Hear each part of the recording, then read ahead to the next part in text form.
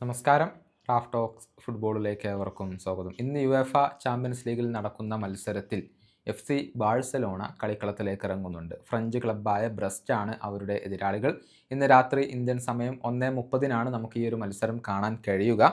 ബാഴ്സയുടെ മൈതാനത്ത് വെച്ചുകൊണ്ടാണ് ഈ മത്സരം അരങ്ങേറുക. സീസണിൻ്റെ തുടക്കത്തിൽ മികച്ച പ്രകടനം നടത്തിയവരാണ് FC ബാഴ്സലോണ. പക്ഷേ അവസാനത്തെ 2 മത്സരങ്ങൾ ആരാധകർക്ക് നിരാശ നൽകുന്ന പ്രകടനമായിരുന്നു.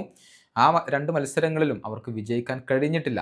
യുവ സൂപ്പർ താരം ലാമിൻ യമാൽ ഇപ്പോൾ പരിക്കിൻ്റെ പിടിയിലാണ്. അദ്ദേഹത്തിൻ്റെ അഭാവം FC ബാഴ്സലോണയെ വല്ലാതെ അലട്ടുന്നുണ്ട്.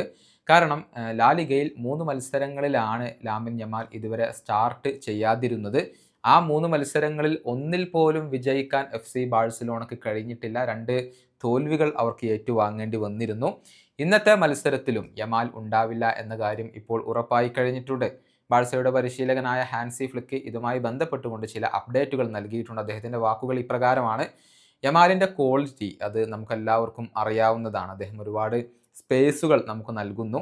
അദ്ദേഹത്തിന് നഷ്ടമാകുന്ന അവസാനത്തെ മത്സരം ഇതായിരിക്കും എന്ന് ഞാൻ പ്രതീക്ഷിക്കുന്നു. അടുത്ത മത്സരത്തിൽ അദ്ദേഹത്തെ ബെഞ്ചിൽ ലഭ്യമായിരിക്കും എന്നാണ് ഞാൻ കരുതുന്നത്.